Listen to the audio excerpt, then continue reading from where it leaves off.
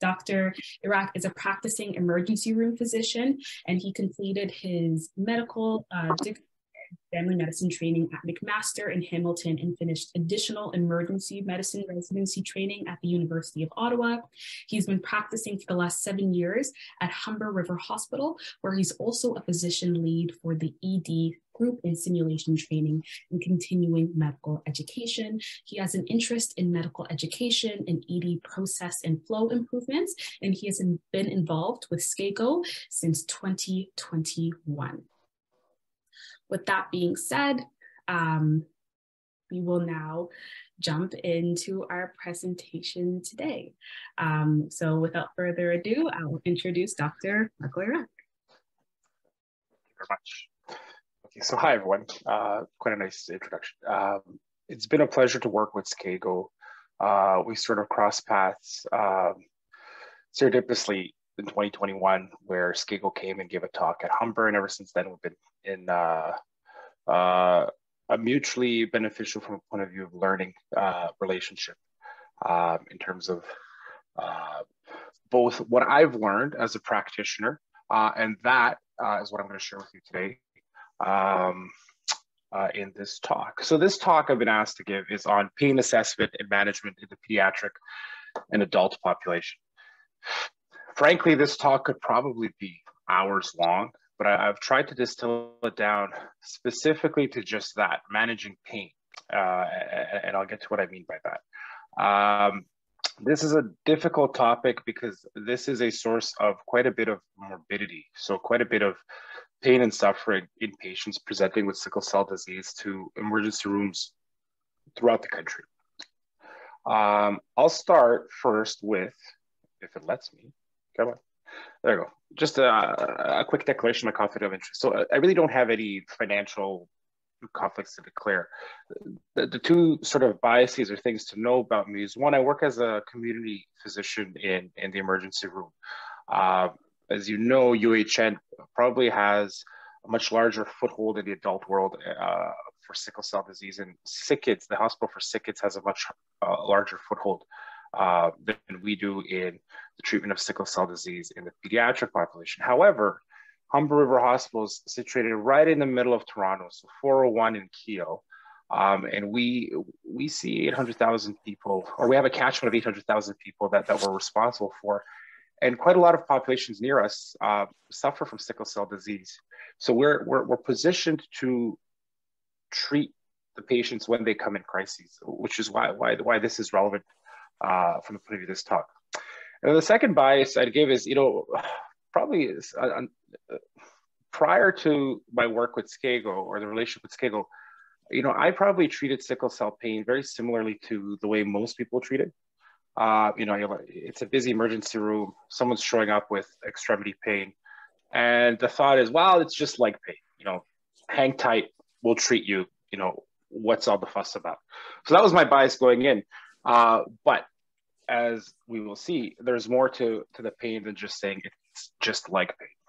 So I'll give you an outline. This talk was made on purpose so that it can be given in a forum like this, but also so I can give it in a forum to, say, students or colleagues. So it's, oh, somebody's not muted. Can you hear me? Can you hear me? Yeah, okay, so something was disconnected. Okay, so this will be like a mini medical school in terms of what I'll present when I talk about pain. But then, and we'll talk about, that's what the pathophysiology of the pain is. I'll quickly mention sickle cell disease and vaso-occlusive crises from a medical point of view, because it's important to understand that in order to understand why we're treating it and how we're treating it from a pain point of view. Then we'll talk about the assessment of pain, specifically in an emergency room. That's my expertise, but that's also where individuals with crises will present. Then I'll go into different ways we can treat the pain. And then sprinkled throughout, let me see, where's my, and you'll see this little sign, there will be barriers to the treatment of pain. Ultimately, that's the biggest issue here. It's a push and pull. There is pain that needs to be treated well, and there are barriers to us treating the pain well, even though we know how. So I'll quickly go into pathophysiology of pain. So what's the science behind how pain occurs? Well, the bottom line is it's very complicated. There's an entire specialty devoted to this, and you can probably spend weeks in seminars discussing how pain is formed.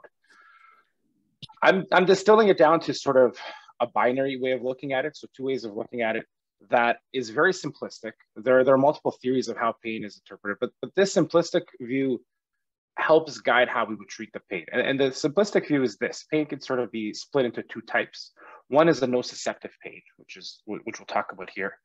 That's basically a quote unquote good pain. It's a evolutionary pain that was developed in our body to tell us, hey, something's in danger, something's hurting, you should probably change what you're doing. That's this pathway here. The other pathway is a neuropathic pain pathway. That's usually more pathological, meaning that's usually there's some injury to nerves somewhere. And as a result, you develop this nerve-like pain. And although this is super simplified, long-term exposure to nociceptive pain can lead to neuropathic pain. And that's sort of how a pathway from acute to chronic occurs. It's way more complicated, but that's the gist. And really, individuals with neuropathic pain have this gnawing pain. They're more sensitive to pain. They can feel pain to substances that don't induce pain. And the reason this is relevant to sickle cell disease is because usually in the first 2 to 3 decades of life, this is the kind of pain patients or individuals face. Later on in their 3rd, 4th, 5th decade of life, the longer they've lived with pain from sickle cell disease, it develops into this neuropathic pain. And that's relevant because this is relatively easier to treat in an acute basis than the neuropathic pain. So I'll focus on, we'll kind of get a little fancy with the science here, but this actually is relevant to how we treat it.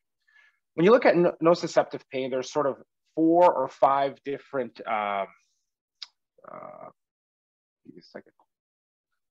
different things you need to worry about, or the 4 or 5 different steps or stages of how the pain gets registered. So the first one is something causes pain somewhere, and you have these things called nociceptors, which are endings at the nerves that you can think of it as a modem. So you're taking one type of information, which is the pain. So something physical, chemical, burning. So it's usually temperature related, or it could be related to the acidity in the area. Anyways, it translates that into a nerve message.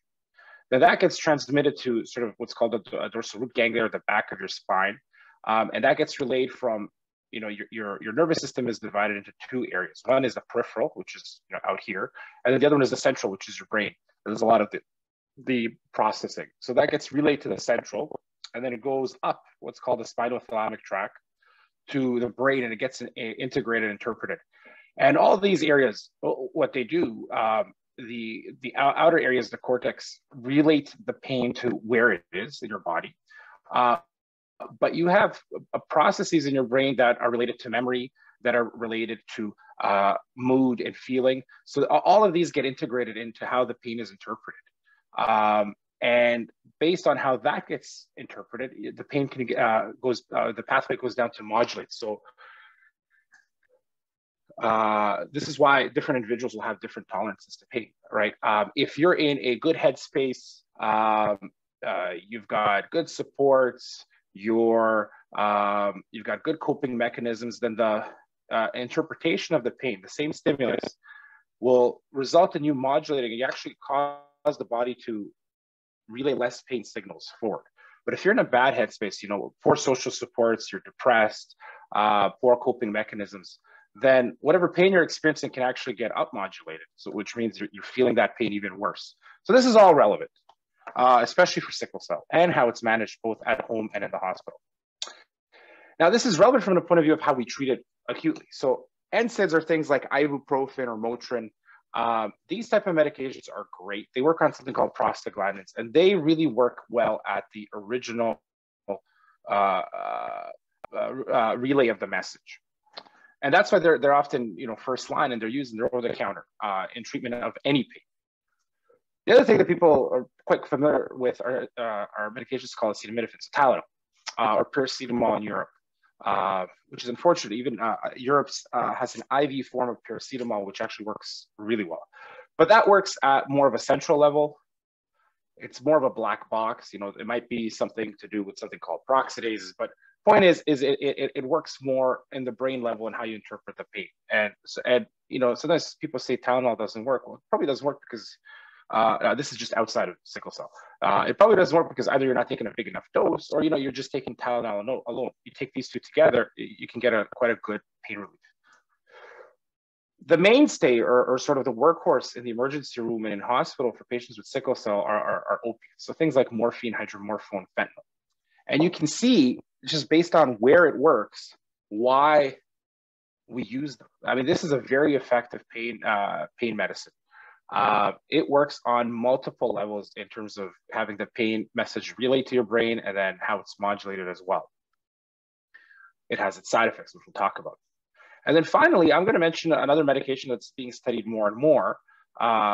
In the research world of emergency medicine, there are often fads. You know, we're now in the ketamine fad. Ketamine is finding purposes in all sorts of things, from depression to pain management. And ketamine can also work hand in hand with all these other medications to relieve pain.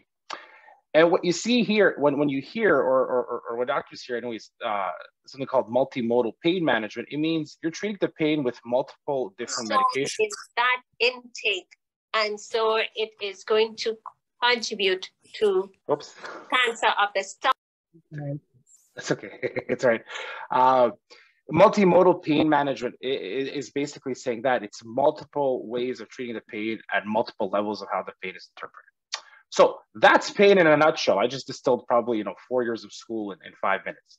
But this is relevant because pain in sickle cell disease is still pain, but there are nuances to it, and there are reasons why we need to look at how we're treating it. First of all, let's look at sickle cell disease. Probably to this group, I don't need to go into the minutia of it. You know what sickle cell disease is, and for some of you, you probably live with it as well. But as an overview, it's a genetic disorder of the hemoglobin molecule. The hemoglobin molecule has 2 alpha chains, 2 beta chains. This is a problem in the beta chain. And why that's relevant is because the hemoglobin molecule is the one that carries your oxygen in your red blood cells, which at the end of the day, all of our biological processes need oxygen. Sickle cell disease, it's inherited. It's a recessive trait, predominantly in individuals of African descent, but the genes are found in Arabic, Indian, Hispanic, and Mediterranean backgrounds as well. And essentially what happens is your normal hemoglobin molecule, which looks all nice and folded the way it's supposed to be, it becomes abnormal. It becomes a hemoglobin S molecule. And there are variants. There's sickle cell SS, SC, S beta thalassemia. All of them predispose the individual to sickling, which is where the name comes from. And all that is, it means when the body, or when the blood cell, or when the red blood cells are exposed to some sort of stress and become deoxygenated, the blood cell sickles. It forms these abnormal shapes. So normally, blood will flow very nicely and squeeze its way through the different capillaries in our body. But when it sickles up, it blocks off the arteries and prevents blood flow. And this is what's meant by vaso-occlusive crisis. Vaso means vein, occlusive means blocked. So blocked vein. And you can imagine vaso-occlusive crises can happen essentially anywhere, because you have veins essentially, or you have vessels. Arteries and capillaries everywhere. And when they occlude and it becomes sticky, you're causing blood not to flow to these areas. And this is what I'm trying to show here. I mean, vaso-occlusive crises, or the pain crises, the pain can occur anywhere.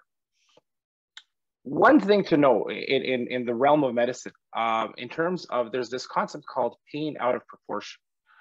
And it relates to what's called vascular or blood-related pain. One of the most painful pain, and this is recognized, one of the most painful pains you can experience is pain due to lack of blood flow. So individuals that have ischemic limbs, so they have a clot that goes into their leg, it cuts off circulation to their leg, they have what's called pain out of proportion. Leg looks not too bad. They're yelling, they're screaming, they're in a lot of pain. Individuals that have blood cut off to, let's say, their abdomen, there's this thing called ischemic gut. These are individuals who have a lot of pain in their abdomen, and it doesn't exactly fit the exam you're seeing. It's called pain out of proportion. So We recognize that vascular pain is probably the most painful pain you can experience. And yet there's this disconnect in sickle cell disease. And we'll get to that. All I'm introducing here is because, again, I'm going to focus on pain predominantly and pain management. However, when someone presents to pain, one thing we need to do, one thing the healthcare system needs to do, and most places do this well, is you need to still recognize that this could be more than just, pain, like a pain crisis. You could have what's called avascular necrosis, or the bone dying of the hip. You can have an MI, a heart attack. You could be having an acute chest crisis, or infarcts in the lungs. And I mean, these are life-threatening things.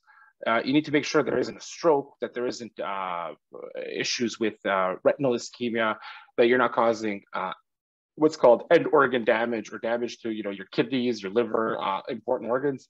And in the pediatric population, you need to make sure that this child isn't experiencing splenic sequestration, right? So although pain is going to be the number one thing we talk about, while patients are worked up, you still need to make sure that there isn't something else on top of that that's going on.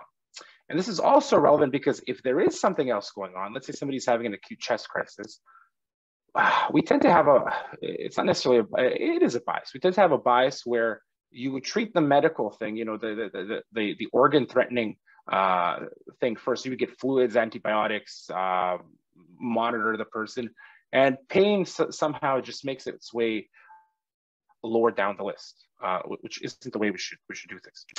And that's why one of the barriers to good sickle cell pain control is the fact that vaso-occlusive crises can manifest in multiple different ways.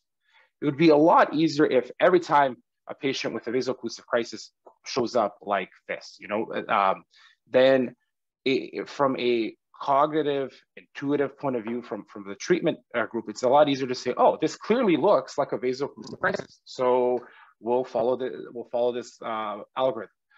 Fact of the matter is, patients can show up with musculoskeletal pain, arm pain, leg pain, hip pain, but they may not necessarily.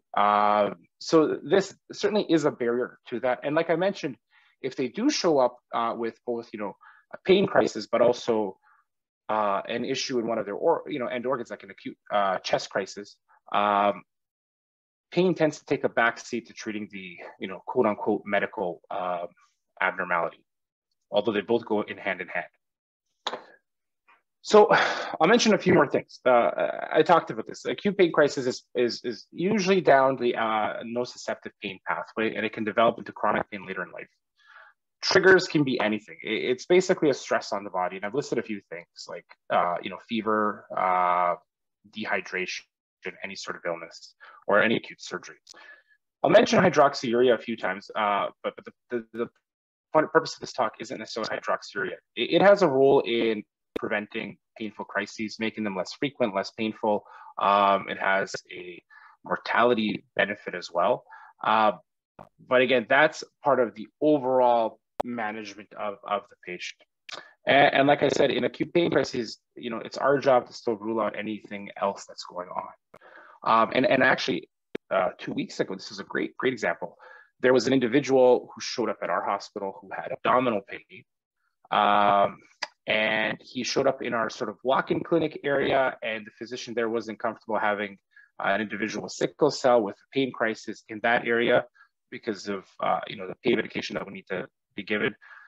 I quickly saw him, and the assessment's really quick. You ask the patient, does this feel like your pain crisis? And he clearly told me, no, like this is definitely nothing like that. This is something in my stomach. And it turned out it was a gallbladder issue for him. So just because a patient with sickle cell has pain doesn't mean it's sickle cell.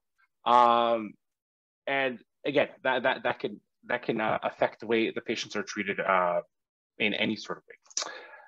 This here comes from the clinical book from Ontario, like the Ontario Guide for Sickle Cell. We don't need to go into details of it. All this does, and this is probably a conceptual change for a lot of practitioners that treat sickle cell, is the fact that a sickle cell, so you break an ankle, you twist an ankle, you're going to have your maximal pain probably right after the event, or maybe a day later, and then the pain sort of goes down as healing occurs. Sickle cell is a bit different. Sickle cell, or at least a crisis anyways, it needs to be conceptualized as a longer term event. And that's what this chart does. So an individual might be in a steady state, meaning they're like their usual self, there's no big issue. Then some sort of trigger happens. And probably over the next day or two, their pain, wherever it is, will start to increase. This is usually the level, and these are arbitrary numbers, by the way, but this is usually the level where people will try to do their coping strategies, will try and self-medicate at home. They'll do whatever they can to try and manage the pain the best they can. Sometimes, the pain will go down and they feel better, but when they're presenting to the emergency room, it means that they've passed the threshold where the pain just isn't being treated well or managed at home. So that's why usually where they present into an acute setting, a hospital. And the difficulty there is that there's an established phase. Once we get to this established phase, if we haven't been able to break through the pain well enough, once they're in an established phase, the patient, can have pain for days, if not a week at a time, until all the processes of inflammation, whatever needs to happen, resolve, and then they finally get resolution of pain. And this is probably also the difficulty with treating patients with sickle cell related pain, because the pain crises can last longer than what you would expect for a typical quote unquote pain episode. So this also explains why there's sometimes a mismatch of the suffering a patient would experience and the expectations a healthcare provider might have of how the pain should react. And we'll talk about that. So we'll get into this. I want you to know how we assess pain when somebody shows up to assess pain and what the difficulties are specifically in a sickle cell disease population. This is a very common thing, or a very common tool that's used in pain management. It's called the visual analog scale. And it can be just a line. It can be from 0 to 100. It can be these faces. You would ask a patient to rate their pain on a scale of 0 to 10, where 0 is no pain, 10 is the worst pain possible. And then you would use this to sort of gauge how aggressively you treat someone and how you would you retreat ongoing pain. The faces here are in cases where there may be a language barrier or a person may not understand the 0 to 10 tool. It's sort of, how does the patient look? You can kind of gauge what number they are. This is a great tool in research. And I will say, even the guidelines for sickle cell disease do say to use a tool like this for monitoring progression of pain management, but there are issues with it. The issues are this, according to that tool, and probably according to most of the biases of an individual treating pain, you would expect this person to be in pain. He's hunched over, he's clenching his chest. If this man tells you he has pain, you're poised to believe him.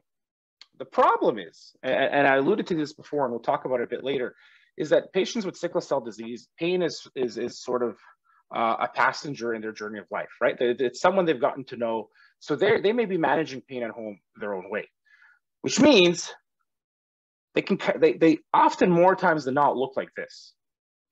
So this individual probably has a 9 or 10 out of 10 pain if they're showing up to your emergency room.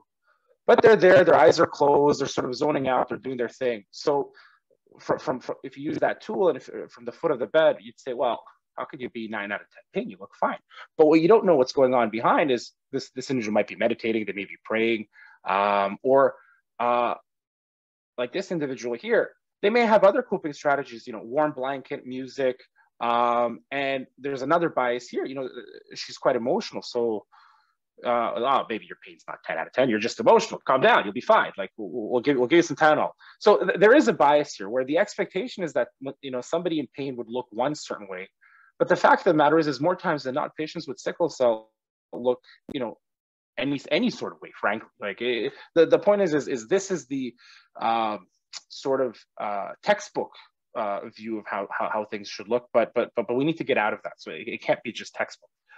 And the other problem is the squeaky wheel gets the grease. In a busy emergency room where people are stretched thin between multiple patients, if someone's yelling and screaming, even though that's not an appropriate way to get attention, and I'm not talking about sickle cell, I was saying anyone, you're more likely to have staff divert their attention to them.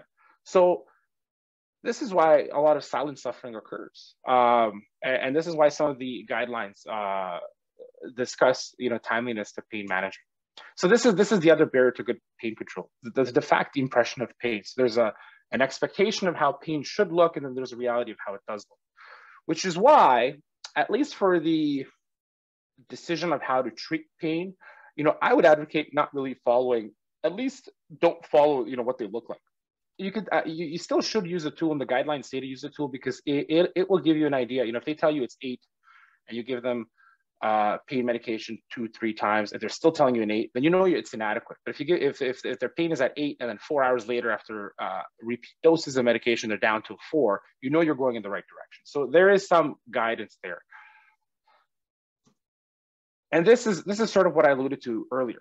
The actual experience of pain in patients with sickle cell, and also the interaction of healthcare with individuals with sickle cell disease who experience pain, it can be analogous to an iceberg. The majority of patients are silent sufferers. They are managing their pain at home the best they can. It's this tip that's showing up to healthcare that we see.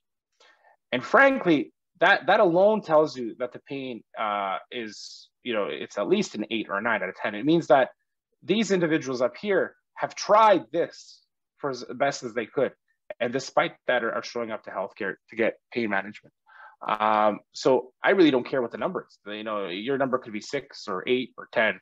Fact of the matter is, the fact that you're showing up, it means that you're suffering with the pain. And I think that's more of the conceptual shift that we as healthcare workers should have. So oftentimes the way pain, or the way I would assess the pain is I would simply ask the patient, how bad is the pain? Is it similar to your previous episodes? What usually works, that sort of stuff. And that's actually institutionalized in the, or that's sort of standardized in the guidelines. So the clinical handbook for sickle cell disease vaso-occlusive crises from the ministry in Ontario talks about timely pain management and what you should do in your assessment of the pain.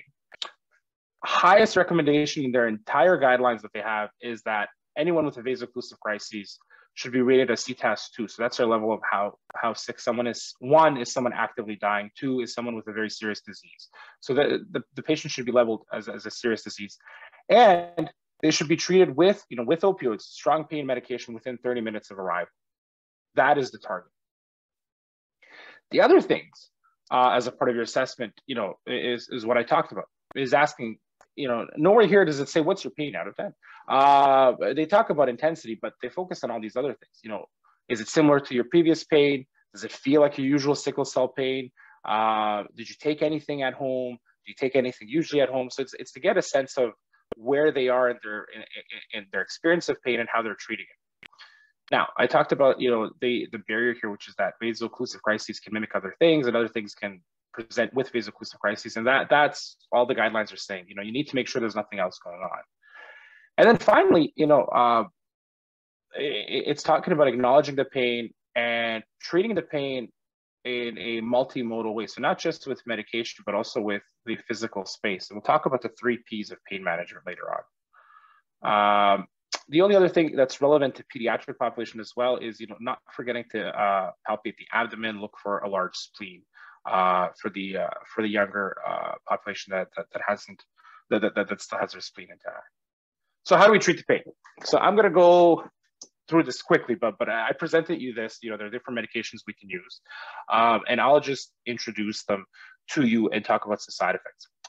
A few things like inhaled nitric oxide, corticosteroids, and magnesium sulfate have been studied. They don't really have a role or really work in the acute pain crises. Like I also mentioned, hydroxyurea. We have a good amount of experience, decades worth of experience with this. The bottom line is there's a type of hemoglobin called fetal hemoglobin, which we have when we're in utero in our moms, and there's still a small amount afterwards. This is less prone to sickling and to the crises, and hydroxyurea increases the amount of this type of hemoglobin in our bodies. It's meant for more preventing crises and long-term management. And then there are studies, that's all I put here. So we've got good experience with it, and it's shown to be beneficial even in the younger population. But really, this is the crux of the talk. So this is the meat of the talk. The management of sickle cell disease can be sort of distilled down. And if you look at the Canadian Hematology Association guidelines, the 3 Ps of pain. So it's the physical, the psychological, the pharmacological. Pharmacological one is the one that, you know, is the most technical, but all 3 are equally important. The non-pharmacological things to think about are either distraction techniques or techniques that allow an individual to have support. So having, you know, allowing visitors or supportive family, allowing them to distract themselves with any sort of technology that they need or social media. So again, you know, this is a bias. You see someone who's telling you they have 9 out of 10 pain, but they're on Facebook or on Instagram when you walk into the room. Again, you know, the disconnect, this comes unfortunately because there is an abuse of the how would I put this? There's an abuse of stating you're in pain for nefarious reasons in other illnesses. But in sickle cell on its own, this is actually part of the management. And that's unfortunately where the disconnect comes. But, you know, some sort of distraction, giving a warm blanket or a warm place, not placing the patient in a windy, drafty hallway, regardless of how busy you are, meditation, music, video games for kids. These are the non-pharmacological pain strategies that individuals may undertake at home, but this should continue when they come to a hospital. And you know, there's sort of a link of other things that patients would do at home that, when they work together, are very helpful. And you know, this includes good social supports, easy access to their own healthcare teams, so they don't necessarily need to come into a hospital if they need more pain medication. Having a good plan for prescription medication and ability to renew it. Having good access to over-the-counter medications. And you can see from a socioeconomic point of view, some of these things are limited to individuals who experience poverty, right? Your ability to go in and out of an office if it's across town, depending on where you live, the ability to pay for medications or pay for renewals will certainly affect your ability to control your pain. But in other things we talked about, the hydroxyurea, non-pharmacological things, distraction techniques, and social supports. And again, here, you know, individuals who have poor social supports, either poor connection with family, with their community, they have a higher risk of experiencing pain, crises more often and more intensely. And again, the whole point here is, you know, when this is working, this is why these patients show up to us like this. So, you know, they're doing all of these things, and it is working. However, despite the best efforts of the patient, you know, this is a real crisis. That's why they're presenting to us. They still present. But this helps, you know, helps a healthcare practitioner understand why a patient may look one way or another, not the way we expect them to look for pain when someone's in pain. And this I had on an earlier slide. Again, even the clinical handbook of sickle cell disease, vaso-occlusive crises, talks about these 3 Ps or other modalities to treat pain. But this is sort of why I went to school, so I can give the pharmacological treatments. So I'll talk about that. Kidding aside, though, this is sort of when you talk about pain management to a healthcare provider, this is where their mind goes to right away. And I'll go through the 4 different treatment categories and let you know just how we use them or why we'd use them. So anti-inflammatories, we talked about, so things like ibuprofen or naproxen. They're oral for the most part. They're usually a part of an outpatient management, and they often get forgotten. You know, we sometimes go straight to opiates and we forget these, but again, as part of multimodal, these are important. The issue with these are great in younger individuals. In older individuals, the risk of stomach ulcers, kidney issues, heart issues increase, which limits the ability of us to use these. And if somebody's on a blood thinner for whatever reason, we're also limited to use this. Ketorolac is one that we can give in the IV if for whatever reason the patient is vomiting or can't tolerate oral. Acetaminophen, it's only available in oral formation in North America. The reason I bring this up is acetaminophen is great. It's the issue is acutely can be toxic. So if somebody takes too much acetaminophen, it can actually affect their liver. And there are a lot of over-the-counter things that someone may use for other reasons that also contain Tylenol, or acetaminophen. So we sometimes just need to be careful in terms of what a patient is taking. Opiates. This is probably the workhorse of pain management. the three opiates that I'll really talk about are fentanyl, morphine, and hydromorphone. Those are the three right here. And they are probably the ones that we are the most comfortable with in the emergency room and that we can give through the IV. And the only reason you would choose IV over oral, it really comes down to onset of action. So someone who's in a real bad pain crisis, fentanyl is a great drug because it comes on within seconds. You know, this is a medication we use in the operating room for really bad pain when somebody has a broken ankle and we need to set it. It comes on real quick and it doesn't last long either. So a lot of the side effects of opiates are the fact that someone may get nauseous or vomit, that their respiratory rate goes down, so they may slow down their breathing, or if you give too much of a dose, they may stop breathing. So that can be life-threatening. And that's probably the biggest barrier to just giving opioids right away in a busy emergency room to someone who presents with pain. And this is any pain, is that there's a hesitancy to give medications that could affect your breathing without having someone in what's called a monitored setting so that we can keep an eye on you. And when the emergency room is busy and packed, you're less likely to find these spots. So there's a discomfort just from nursing and physician point of view of giving high doses.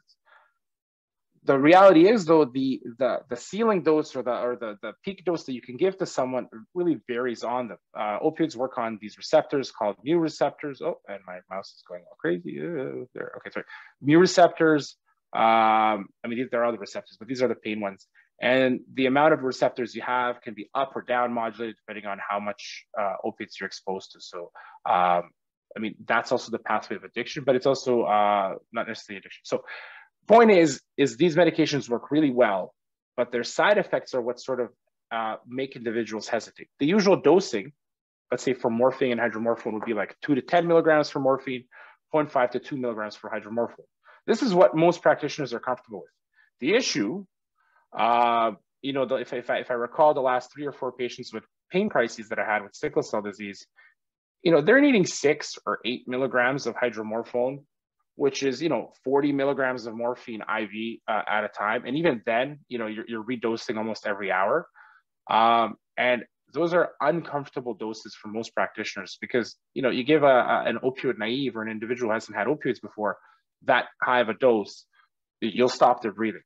But again, this is where that conversation back and forth between you and the patient needs to occur, because why did I give the dose? I gave the dose because I asked the patient what worked before. That's the dose they gave me. And this is where these practice plans come in for sickle cell disease in areas that really treat it well.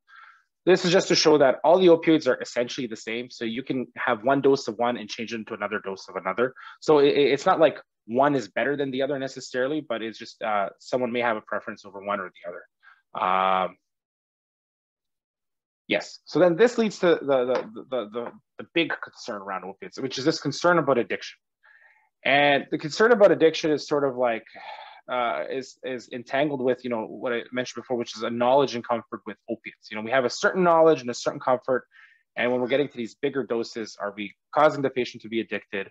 Are we causing harm to the patient? So it's sort of this seesaw. So in the concern of not causing harm from the medication, we're causing harm by not treating the pain, unfortunately. I'll get into the research about both of these later on. The last medication I'll talk about, which is sort of up and coming, is this medication ketamine. We use it a lot for sedating patients, for treating pain, for treating agitation. It's great. And I bring these two papers because, again, this group here, it works out of McMaster and Hamilton, Mark Crowther and Gordon Guy. So like there's a Canadian flair to the research as well. And they've shown that ketamine can be helpful in vaso-occlusive crisis. The reason ketamine is great is because you don't stop breathing. Like, so you don't have that same problem with as opiates. The only issue is in older individuals, you could get an emergence reaction, which means they can sort of hallucinate or have trips once they wake up. And in the younger populations, they're higher risk of salivating a lot or becoming very, just having a lot of salivation. And nausea and vomiting is a risk too. I'm almost done. So I'm going to talk about the barriers more in detail. So that's how you treat it. Fact is, we know how to treat it. We can treat it. And when it's treated well, that's great. But there are these barriers that get in the way.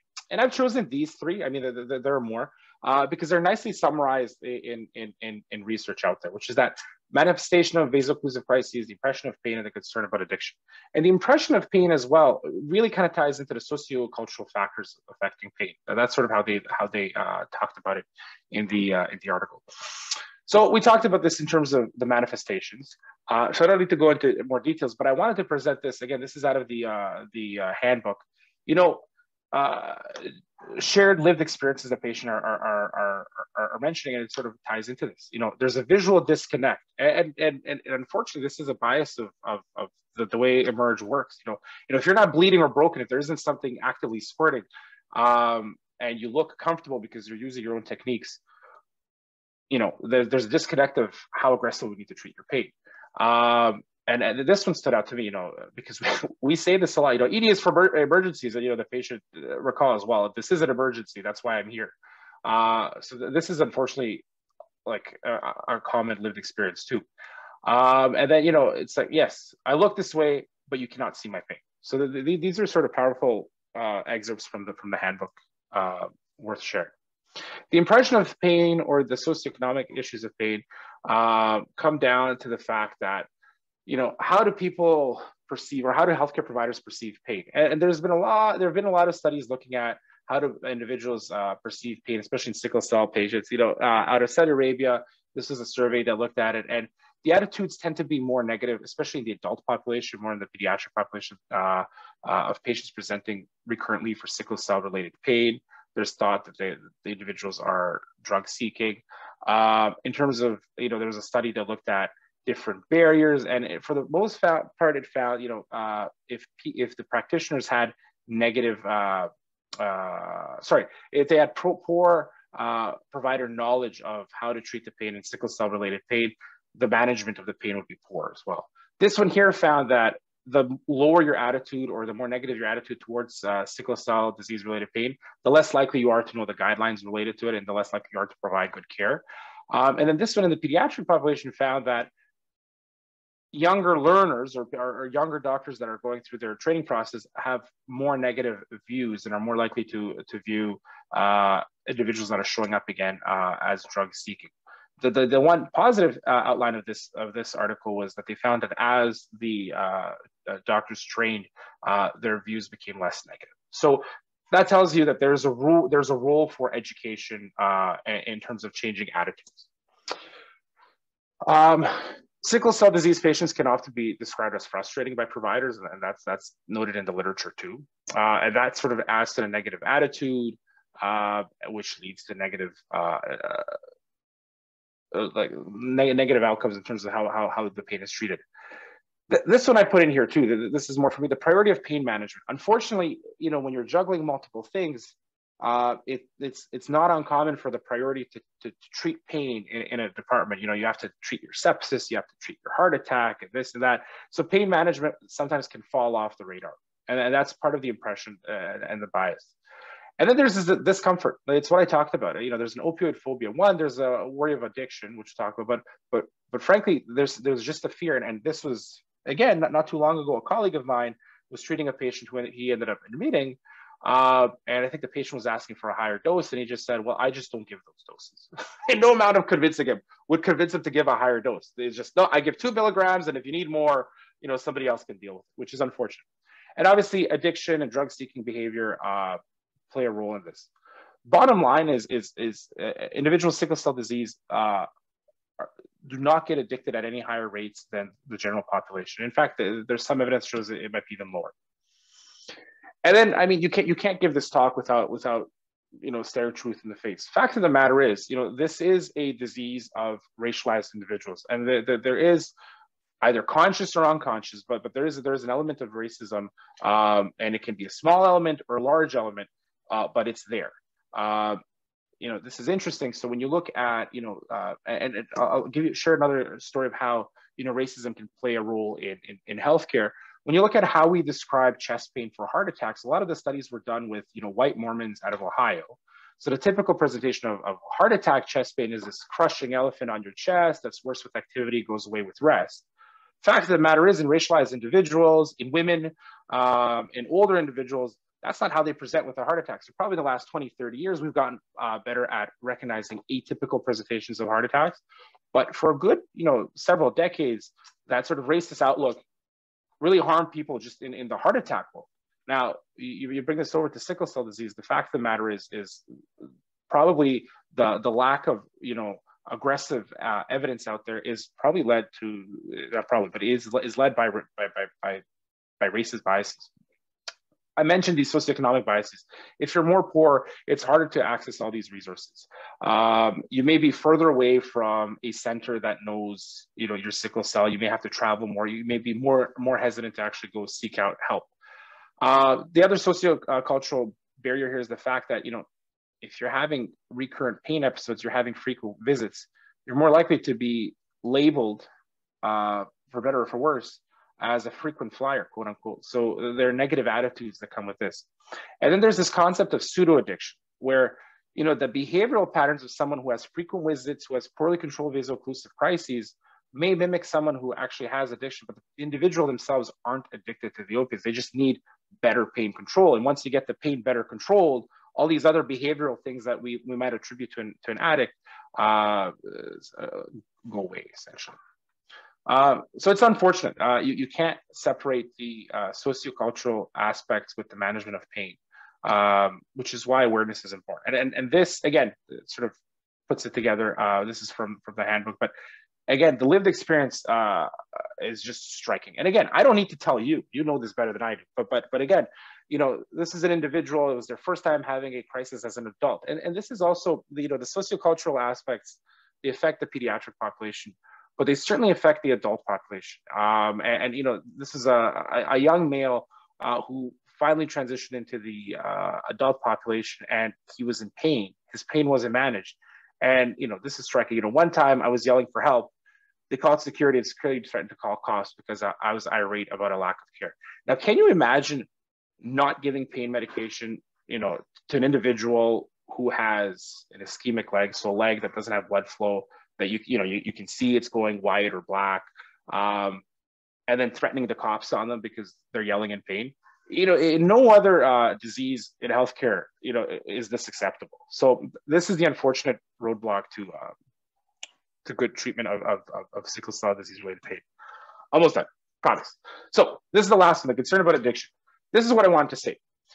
There's no increase in addiction in opiates. I think this concern needs to be put to rest. If anything, the fact that we're treating pain so poorly, patients may look for other avenues to dull or manage their pain. And there is some suggestion in a recent article that showed individuals with poorly controlled sickle cell pain are at a risk of alcohol use disorder, which, this is horrible.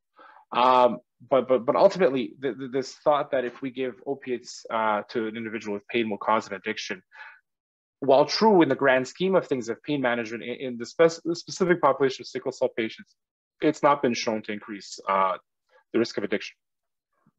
This is sort of my hospital on a busy day. So these are two other barriers I want to put out there. They're not necessarily in the literature. One is when we're full to the rafters. We're having staffing shortages. When it's a busy department. Again, for pain sometimes gets the boot. It goes down the priority list, and this is an institutional barrier in terms of how busy or not busy our hospitals are, and how what the human resource situation is like with our hospitals. The one over here is, again, this is this is ER from the movies. This is Hollywood right here. No one would doubt why everyone would drop everything and go and attend to a patient that needs CPR. Like, this is very understandable. So this is a bias. This is an emergency. Whereas someone suffering silently, but suffering nonetheless from pain, it doesn't have the same visual as this. So this is a barrier, again, for healthcare systems as to why pain may not be treated as well. The pediatric world has specific barriers. And the biggest one, frankly, I mean, they're listed here, but the biggest one, frankly, is people are very hesitant to give opiates to children. And this has nothing to do with sickle cell and so on. This is in any illness. A good example from my own practice: a child with extensive burns, they need fentanyl or morphine, and people are just uncomfortable giving that because they're worried not so much addiction, but more, what if they stop breathing? Are we equipped for that? Places like Sick Kids that treat children frequently are less less reluctant. CHIO, for example, or even in McMaster Children's Hospital. This is just worth mentioning. These aren't necessarily healthcare barriers, but these are barriers that exist nonetheless, which are more inherent to the patient themselves. This isn't blaming the patients; it's just sort of characterized. One is, patients, especially pediatric patients, tend to catastrophize, meaning they're having a pain crisis. And remember when we talked about how pain can be modulated? If you don't have a good coping strategy and you catastrophize, then the experience of the pain can actually get worse, and this can be a barrier in terms of treating the pain, because what you would expect to work isn't necessarily working. And then this concept here of injustice appraisal of pain, which is a very unfortunate thing that happens in children too. I mean, imagine being a 6-8-year-old who's had recurrent crises. There's a relationship of, this isn't fair. Why is this happening to me? And again, this will affect how someone may interact with, not how someone may interact, but how someone may interpret their pain and how easily their pain is managed. These are just sort of inherent things that things like cognitive behavior therapy, good follow-up with their healthcare group, and like good social supports help address, but for various reasons that they may not be present. And unfortunately, in an emergency room, they're not easy to address either. So last minute or two is solutions. What can we do? Frankly, the solutions are out there. We just need to implement them. And algorithms that are evidence-based. So this comes from the Ministry of Health and Long-Term Care. They gave an example out of, where was it? Yeah, Children's Hospital of Philadelphia. It's essentially saying you need to have some protocols and you need to attend to the pain within 30 minutes. And the more you protocolize the medications you give based on, is the pain mild or moderate or severe, the more likely people are going to follow that and give the appropriate medication. So don't leave it up to the individual to decide how much they'll give. Have a protocol, but obviously you can fine tune these protocol if the patient you're seeing needs more. The other thing is guidelines exist. Both of these resources, the clinical handbook and the consensus statement from the Canadian Hematology Association, outline very nicely what's needed to be done and what individuals need to know. The difficulty is, again, if you have negative attitudes towards pain and sickle cell disease, the less likely you are to know about these. And the difficulty is just knowing them and being aware of them. Advocacy groups like SCAGO are important in the overall attitudes and management of pain by practitioners, because again, this helps highlight the biases that are inherent, that are out there, and the limitations that we have in treating it. The fact is, sickle cell pain is not just a leg pain, like I said earlier on. At least for me, anyway, SCAGO was eye-opening in terms of my attitude towards treating the pain. This last thing is a bit more hard. This is sort of wishful thinking, but something like a pain program in a hospital or patient control anesthetic, in research, it's been shown to work really well. It's just the practicality of starting it in an emergency room is a bit more difficult. On the wards, hospitals that have pain teams, patients that have these pumps that they can control themselves and give medications to themselves have been shown to help the patients and help control the pain better. So that's my talk. I'm open to questions. We basically talked about what is pain, specifically to vaso-occlusive crises, how it's assessed in the ED and how we need to change that, how we treat it, and obviously the barriers we're facing as we treat it. That's it. Thank you. Okay, perfect. I would love to just start off by saying thank you for that presentation. I know that I learned a lot from it, and I can only say the same for the rest of the group as well. That was very informational, starting from what is pain and where it comes from, and kind of delving into sickle cell disease, its barriers and solutions. So for our Q&A session that's going to happen now, I would like to open the floor if anyone has any questions. There are two main ways. First, you can write a question in the chat. And second, you can always raise your hand, which is located in one of the applications below, to ask a question verbally. I can start off. I think ketamine, you've discussed, is a new and upcoming fad of medication, and maybe you can tell us a little bit more about it in the use of children. I know you said there were some hesitancies to using it. How does the major difference, or what's the major difference between its use in adults versus pediatrics? Actually, in the pediatric world, we love ketamine. So when we use medications to sedate individuals for like a broken bone or whatever we need to do, ketamine is the de facto drug that we use in the pediatric population because it's been shown to be safer. So less cardiovascular problems. The only issue is again, and when you see it, it's sort of scary, is the children can salivate a lot and they can have a lot of nausea and vomiting afterwards. So in the context of, I need to give someone a little bit of sedation, I want them to go home, it may just prolong how long they stay there. But for the most part, you know, if you ask the average ER provider, they're probably more comfortable giving ketamine to a child over, let's say, fentanyl, both of which have a role in pain management. And what's also the other nice thing about ketamine is it sedates, so it puts you to sleep. Well, it doesn't sedate, it dissociates. So, you know, to use colloquial words, like the patients look like they're on a trip. You know, their eyes are sort of staring off into space. At a really high dose, they may fall asleep. They're there, they might interact with you, but they're not themselves. They don't remember any of that. And in children, you know, there are these what are called emergence reactions, or they're almost like hallucinations that someone may have. In children, it's not as much of a concern as, let's say, giving it to a 60 or 70-year-old, where you might cause more distress. So for the most part, actually, in children, ketamine is probably more likely to be used. Perfect. I'll just keep going because I was writing down notes the whole time because I really enjoyed this presentation. I think you talked about this aspect of a subjective dosage for, you know, patients, and you asking patients like what works for you. And I think when you talked about the barriers to kind of getting care, you talked about, you know, like racism being one. So if you have like any suggestions for how patients should go about, you know, communicating with their healthcare providers about dosages that might work for them, because as you said, you know, not a lot of people are open to that kind of discourse. Yeah. It's sad though, right? Because then the patient kind of has to modify how they present themselves in order to get good care. And there, you know, in preparing for this, I was listening to a few podcasts, and there was one that had, you know, he's not young man, like he's sort of my age, a black male in his 30s, and he was sort of talking about what he does, which is really sad when you think about it, but it sort of works for him. And he even stated, you know, if I show up in my casual wear to a hospital and, you know, sweats and whatever, I get treated one way.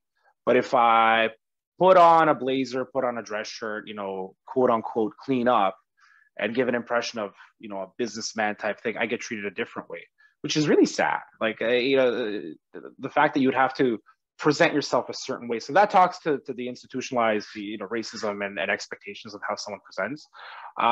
It's probably the worst for Black males in their, like, you know, late teens, 20s, 30s, because again, there's a certain societal view of, you know, if, you know, a Black male who's 25 is showing up and asking for opioids, oh, he's got to be a drug addict. You know, like that's sort of the how it got established, why it got established. You know, it's probably decades in the making. But in terms of what can individuals do, so I mean, there is that aspect. You know, how you present yourself, which is sad. I'm not saying, you know, go to a barber, get dressed up, and then show up to the mirror like that. That's ridiculous. But it's, I mean, really, the onus should be on the healthcare team. But to your point, until the healthcare gets with the message, what do you do? And, you know, some of the things would be to say, like, listen, you know, I usually get this dose. I know this is a high dose. Whenever I tell a doctor I get this dose, they get anxious, but I've never stopped breathing, and I usually need even more than that. So it's almost like you acknowledging that the doctor will be uncomfortable with it and telling them, I know you'll be uncomfortable, but trust me, this works. And even for me, so, you know, after I adopted this whole attitude of ask them, give them, and I remember the first time, you know, like, yeah, they said something high, like 6 or 8 milligrams of hydromorphone. And like, I'm like, okay, well, let me give you 2 and then I'll come back in 10 minutes and see. Like, there was still a discomfort in giving that. That's a bridge across. So another thing that you can say is like, okay, listen, if you're not comfortable giving me 8 milligrams this hour, can you at least give me, you know, again, 2 at a time every 10 minutes if I need to. There's that. And then the aspect for the healthcare providers that want to get their team on board. So what I've started doing now is, you know, I would go up to my nurse and say, hey, listen, I've ordered this high dose. I know it's high. This is what works for them. Just give them that dose. So it's I think acknowledging that people are uncomfortable with the doses and just saying, but this works. Okay, perfect. Thank you. We have a question in the chat from Roxanne, and I can read it out. So she says, I was able to use a PCA pump at Sick Kids, but was shocked knowing the loopholes patients have to go through to access it in adult hospitals. What is the process of getting a PCA pump in an adult hospital? It depends on the hospital, and like your experience is exactly the experience people go through. I mean, Sick Kids is wonderful. Pediatric hospitals in general are wonderful. Like they go out of their way to treat kids, you know, with respect and try to make the family feel good. There's a level of expertise, but there are, you know, 6 children's hospitals. In fact, the matter is most children are going to present to, or are more likely to present to a community than to a specialized hospital.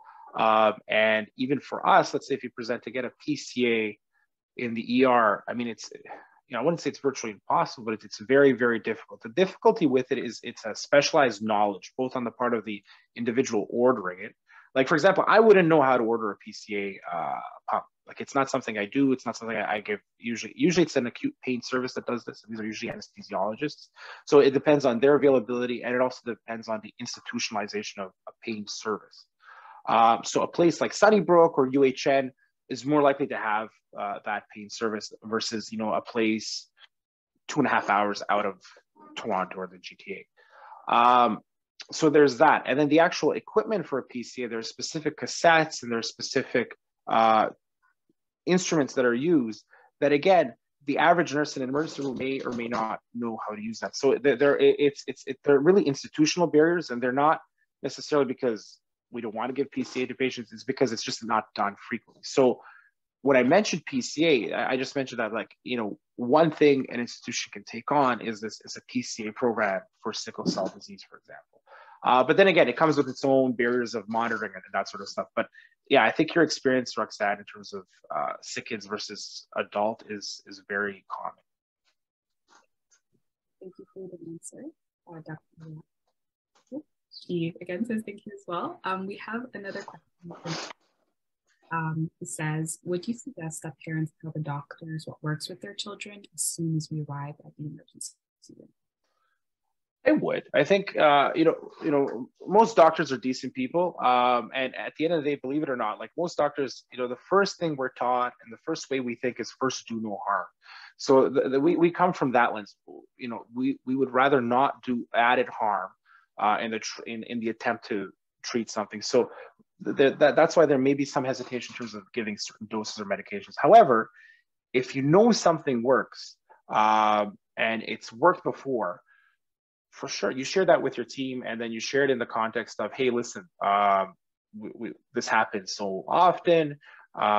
You know, we've tried different things. We find this works the best. The difficulty in the adult population, but I'll get back to pediatric, is, you know, a very common phenotype or a very common way of somebody who is drug seeking, and unfortunately that exists, people who just want Percocets and whatever, is they would show up and they tell you, hey, listen, you know, Tylenol doesn't work, Advil doesn't work. It's just this one very specific drug that happens to be a street drug that you can sell too. That's the only thing that works for my vague pain that I can't describe. And there's, you know, over 20, 30 years of exposure to that there's a certain cynicism that's not ingrained, but that's made its way into treatment of pain and individuals that say only this thing works. But in the pediatric population, again, you know, you show up with your child. I think that you're less likely to encounter that. But I think having that open dialogue and saying, listen, this is what works. And especially if you've been treated, let's say at Sick Kids or CHIO or something like that, and say, listen, this is what the, you know, specialist hospitals, you know, use. Perfect, thank you. Next, I will go to, she just has to open your mic, sorry, ask your question.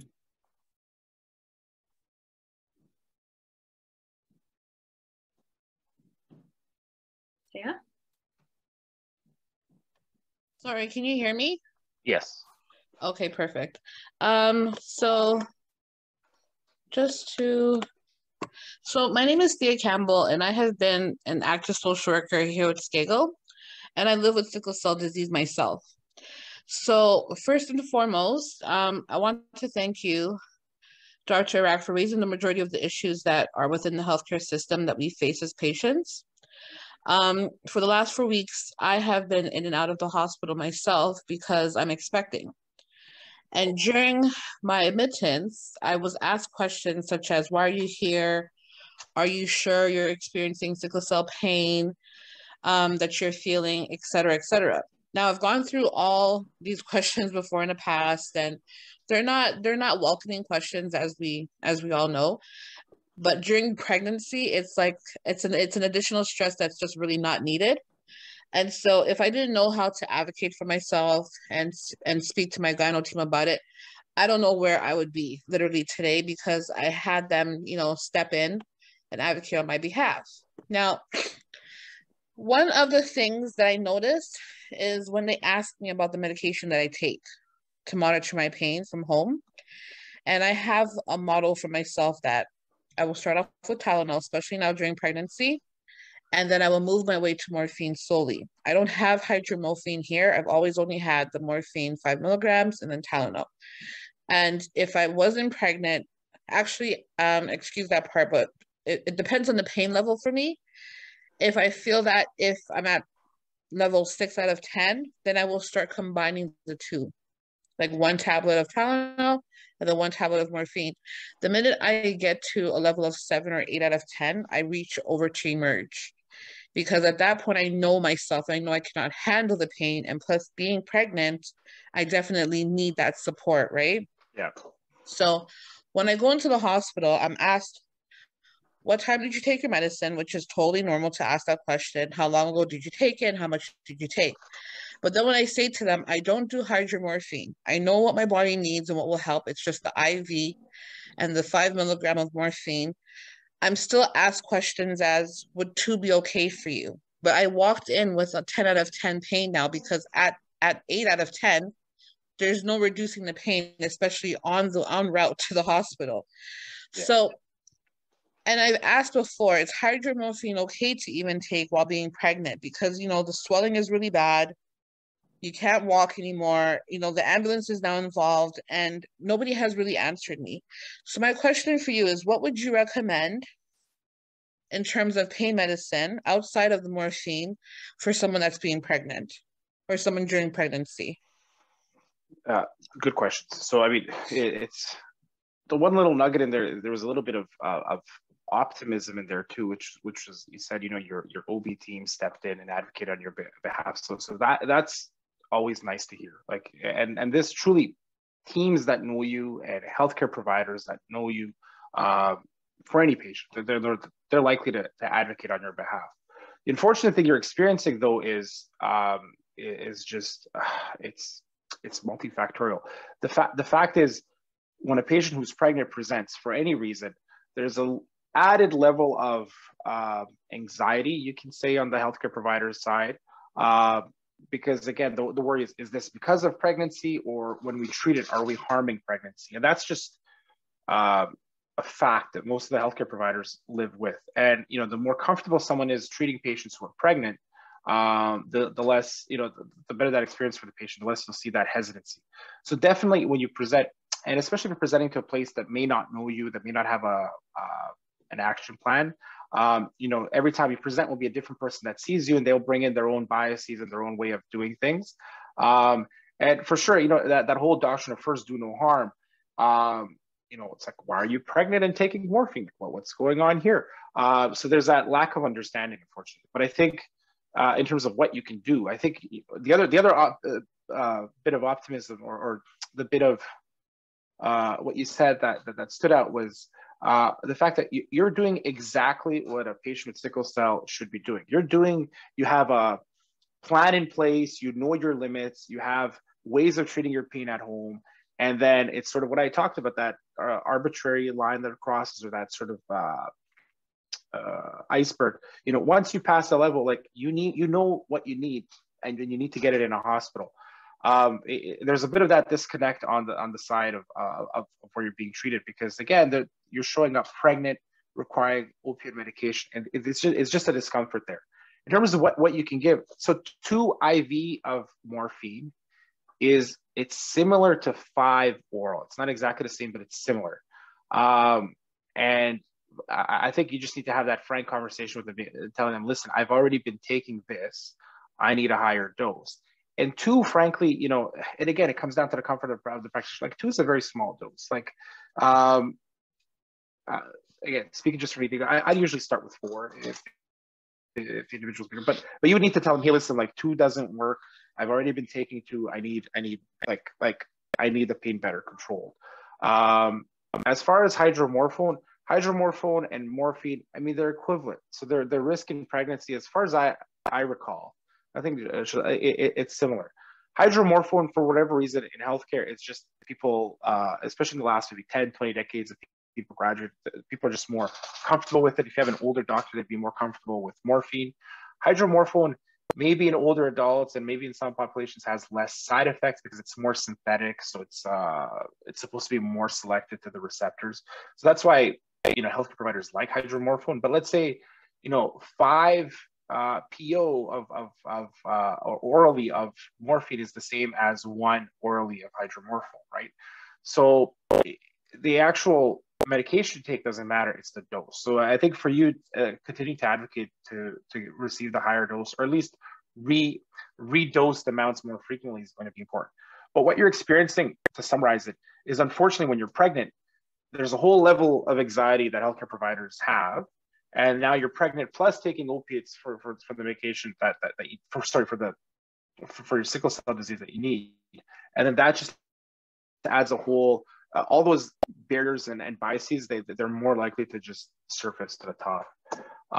Last thing I say is, you know, if you can have one hospital or one area, you're a social worker, which is great. So even talking to wherever you present, for them to create a care plan for you, that may be something that helps too. So every time you show up, whoever the new person is that sees you, they know this is you. You know, you're not drug seeking. You know, you are pregnant. You do take opioids.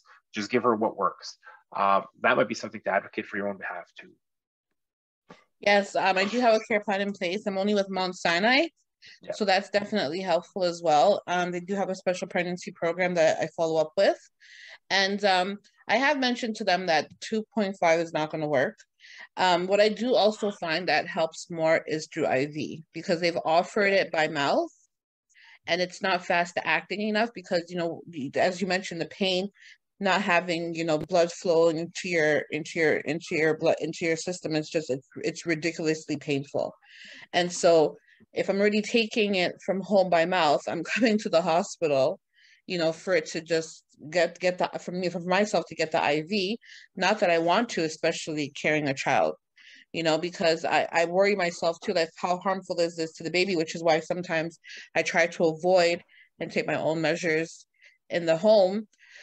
And I've been through this before, you know, so it's helpful to know that they have the knowledge as to, okay, she knows what she needs in terms of medicine wise, so let's just give that to her. And mind you, I've had the professionals work with me, and then I was out within less than 48 hours. But then there's the few that still have a little bit of the lack of knowledge to understand that, okay, this person knows what she needs, her file is right here, but they're still, I don't know if they're asking questions just to be sure or just because they're just unsure of what's happening. But I appreciate your response for that, and thank you.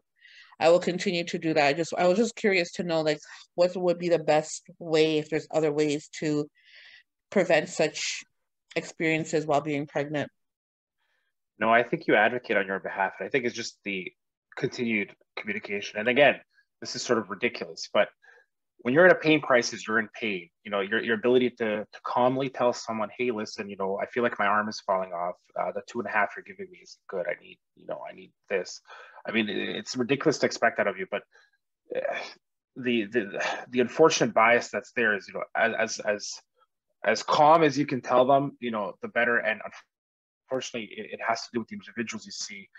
I agree with you. IV can feel better, like overall, probably if you measure a few hours down the road, it's equivalent, but IV feels better because you get that peak sooner, which is why IV, and also the distribution, if you have any issues with absorption, IV would be better.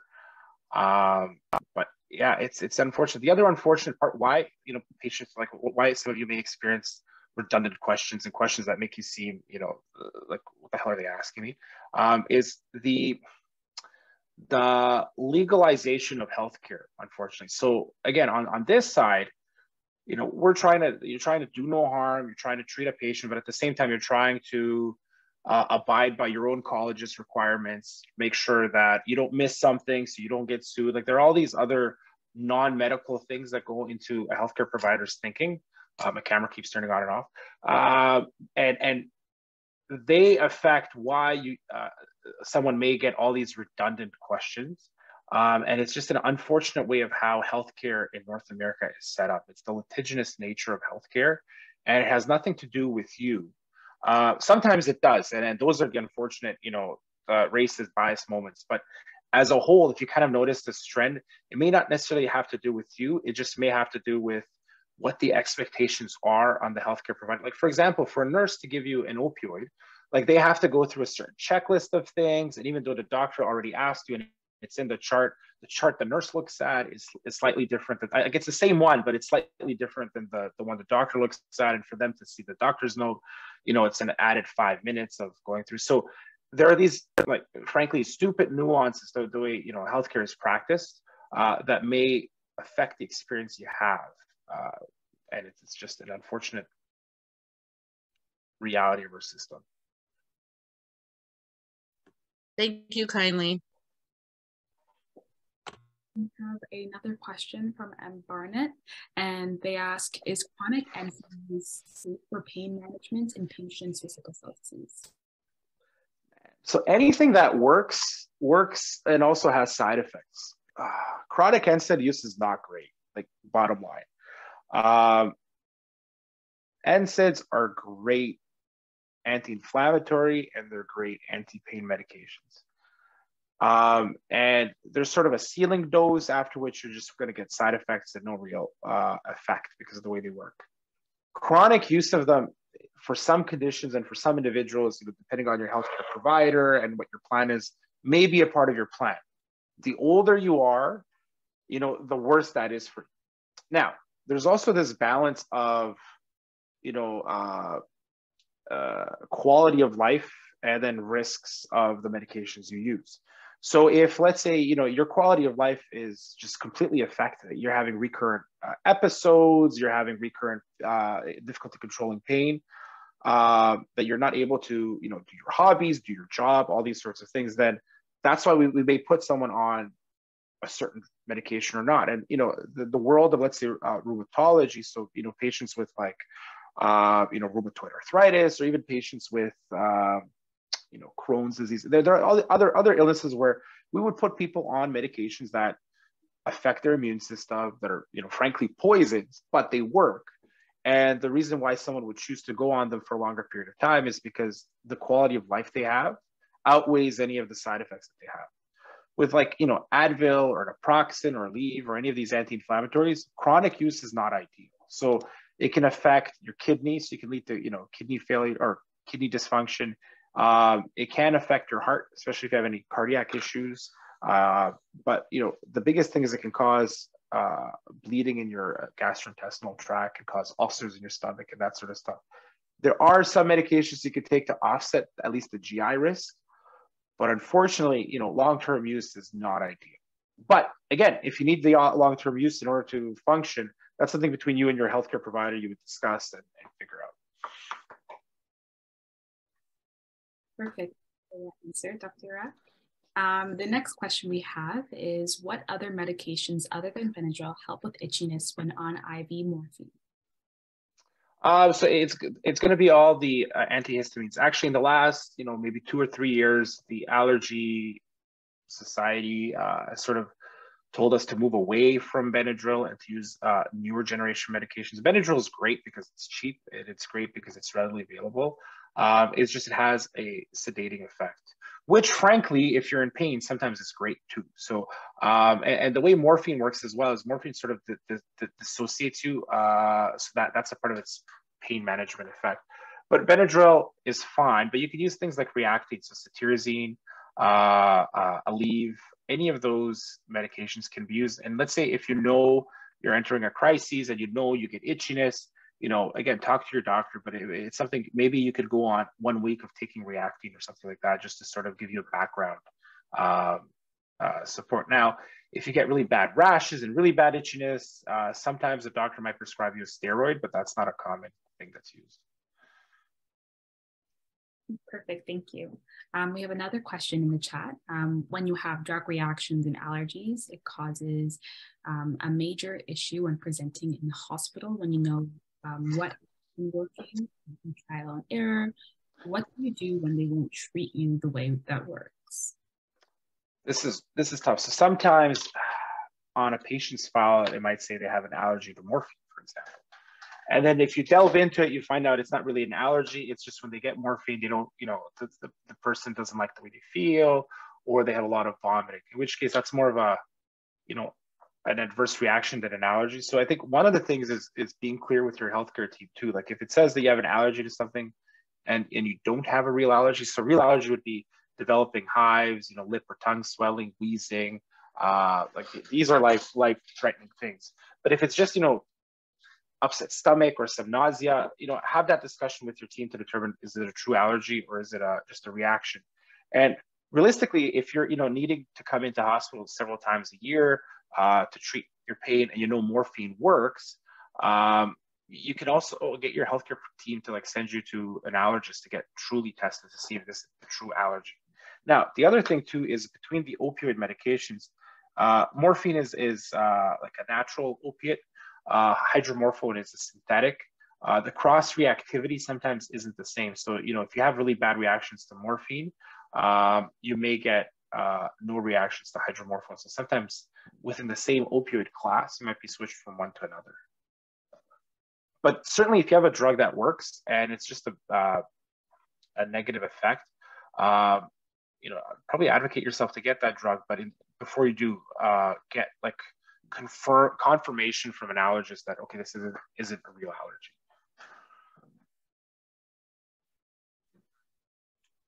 Perfect. I think we also have another question in the chat.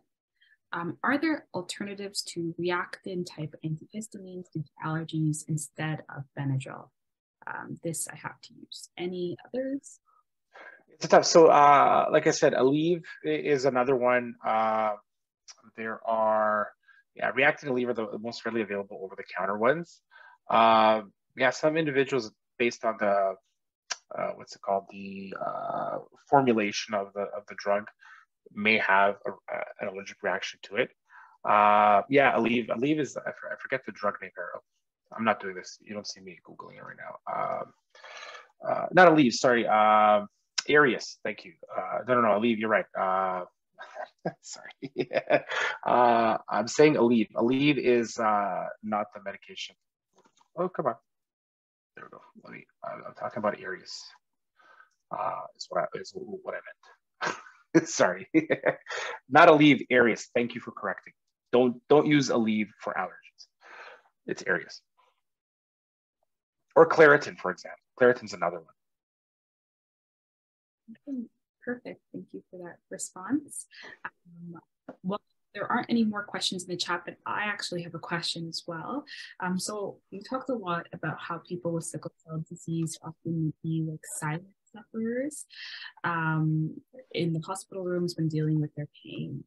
My question is, are there any other ways to kind of notice that they are experiencing that 9 out of 10 pain visually, other for healthcare providers and others as well? Oh, I think through awareness, I think just healthcare providers need to know that just by definition, and this is what the clinical guidebook says when they say if somebody with a vaso-occlusive crisis shows up to the emergency room, put them as a CTAS-2, right? Like regardless of what they tell you, they're a CTAS-2. I think the healthcare providers need to have awareness that just by definition, by showing up to the emergency room with a vaso-occlusive crisis, it means this individual is in a lot of pain. Regardless of how they present, it means that they're in a sort of what we talked about earlier. If you're showing up to the emergency room, it means you need emergency room level of care. So I think that it's just that awareness that healthcare providers need to just sort of reorient their thinking of the fact that they're here means that the pain is high. We need to treat the pain. And that's what the guidelines say. They say within 30 minutes, some sort of pain assessment and management. And as soon as they show up, they get a rating of a 2. And 2 actually says somebody needs to be seen within 30 minutes.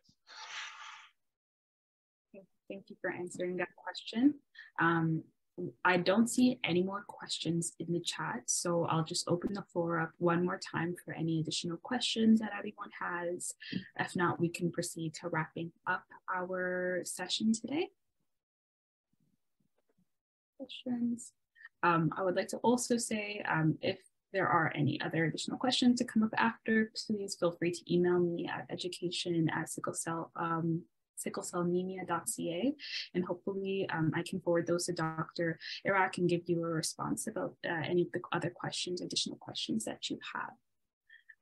Okay, perfect. Again, I just want to extend my thanks and appreciation to Dr. Marko Erak today for educating us on pain assessment and management for pediatrics and adults with sickle cell disease. We all learned a lot, and I can definitely, echo everything. And as you can see in the chat, echo a lot of what was being heard, what was being learned and taught today. I just want to, again, put a disclaimer out there. So remember that the information shared today does not constitute medical advice and is shared with you for information purposes only. No material shared with you are intended to be a substitute for professional medical advice, diagnosis, or treatment.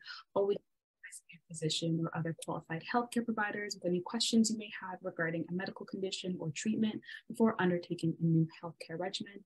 Please do not disregard advice or delay seeking it because of something said during this webinar. Any additional things? Well, because you guys are all here, I would like to give you a sneak peek to our next session next month, which I will quickly share with you guys. If you can find it. We will be discussing hydroxyurea use in sickle cell disease with the having a physician, parent, and patient perspective or adult perspective there to give you all the information you need on this intervention in sickle cell disease. Just now, with that being said, we'll be done with this webinar. Thank you again. Bye for now.